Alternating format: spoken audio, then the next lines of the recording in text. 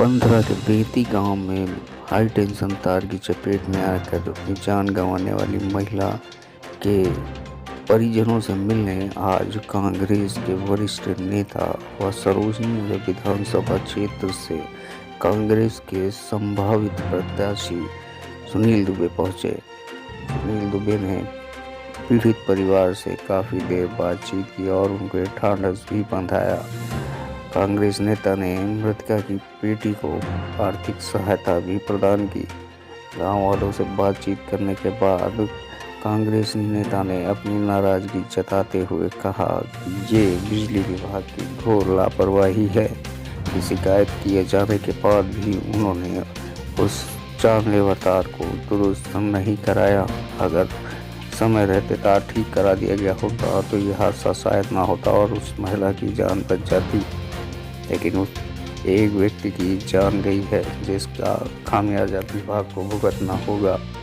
उन्होंने मांग की कि मृतक के परिजनों को कम से कम 25 लाख का मुआवजा बिजली विभाग द्वारा दिया जाए।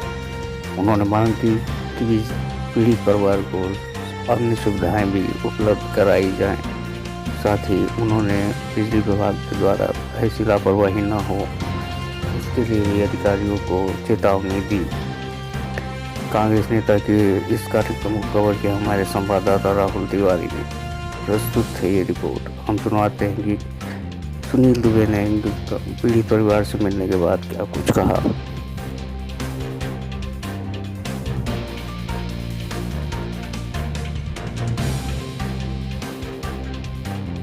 यहाँ पे खेत में बिजली कर्मियों की और बिजली विभाग की लापरवाही से एक ये राजकुमारी जी की कल दर्दनाक और दुखद मृत्यु हुई है। उसके लिए मेरी शोक संवेदनाएं।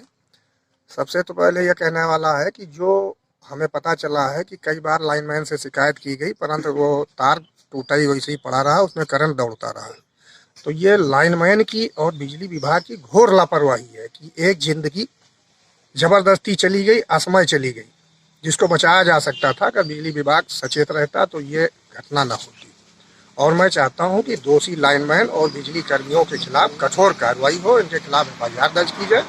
और दूसरा, मृतका के परिवार को कम से कम 25 लाख का मुआवजा मिलना चाहिए। ये किसी की ज़िंदगी की कीमत नहीं है, लेकिन किसी के परिवार को बिखरने से बचाने के लिए 25 लाख से कम मुआवजा नहीं होना चाहिए। मैं भी सरकार से मांग करता हूँ और बिजली विभाग के उच्च अधिकारियों से मांग करता हूँ कि इनको 25 लाख का मुआवजा अविलंब दिया जाए।